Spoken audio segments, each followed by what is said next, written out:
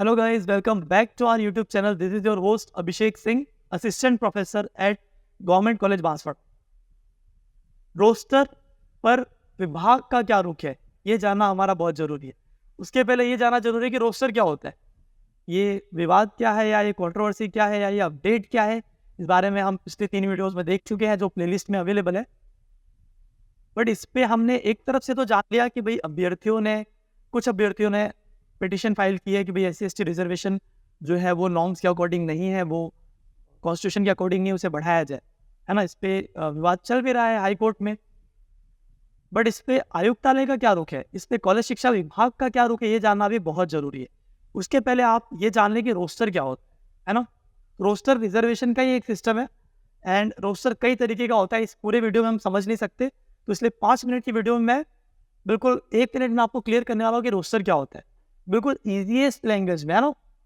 तो जो रोस्टर होता है वो कई बार 100 पॉइंट रोस्टर भी होता है, कई बार 200 पॉइंट रोस्टर भी होता है ना, एंड कई बार 13 पॉइंट रोस्टर भी होता है। अलग अलग टाइप्स ऑफ रोस्टर, हमारा अलग कौन सा यूज़ कर रहे हैं उस बारे में हम डिस्कस नहीं कर रहे हैं, बट क्या होता है वो देखने की कोशिश कर रहे हैं। आप मान लीजिए इस भर्ती जो हमारे पास है RPSC असिस्टेंट प्रोफेसर भर्ती, उसमें हम फिजिक्स की बात करें, फिजिक्स की, तो फिजिक्स सब्जेक्ट में हम मान लेते हैं टोटल सीट्स 60 है, ये तो हमें पता ही है, इस बार 60 सीट्स है। एंड SC में सिर्फ एक ही सीट आई है। SC में कितनी आई, फॉर एग्जाम्पल एक ही सीट आई। अब हम देखें तो SC को रिजर्वेशन कितना है, 17%। 17% के अकॉर्डिंग ज़्यादा आना चाहिए, एक ही क्यों आई है, इसका रीज़न समझते हैं, आपको सब समझ में आ जाएगा। अब जो हमारा पूरा आयुक्तालय के अंडर कॉलेज शिक्षा विभाग में जो सारे प्रोफेसर्स काम कर रहे हैं, उसमें आप मान लीजिए टोटल 1000 फिजिक्स के प्रोफेसर थे, फॉर एग्जाम्पल फिजिक्स के 1000 प्रोफेसर थे। उसमें से 17% यानी कि SC के कितने होने चाहिए, 170 होने चाहिए, ठीक है। इस 170 में से 169 एक्टिवली अभी काम कर रहे हैं। कितने कम है, सिर्फ एक कम है रिजर्वेशन के नॉर्म को कंप्लीट करने के लिए, वो भी 1000 हो जाएंगे मान लीजिए फिजिक्स के, ये 60 ऐड होने के बाद 1000 हो रहे होंगे ना, अभी फिलहाल 940 होंगे मानो आप।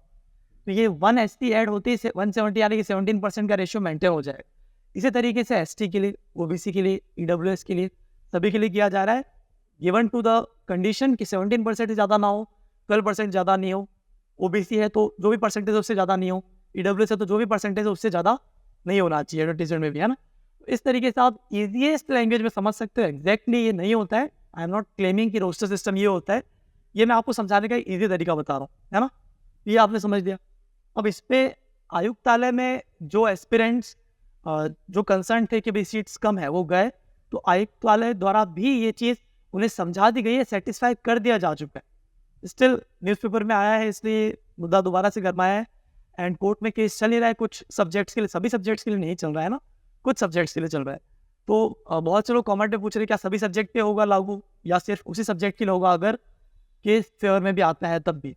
तो इसका जवाब देने के लिए मैं सही व्यक्ति नहीं हूँ, कोई भी जवाब नहीं दे सकता। इसका जवाब माननीय उच्च न्यायालय के फैसले से ही आपको पता चलेगा। तो आप तब तक क्या कर सकते हैं, आपको घबराना नहीं है, चाहे फैसला इधर आए या उधर आए।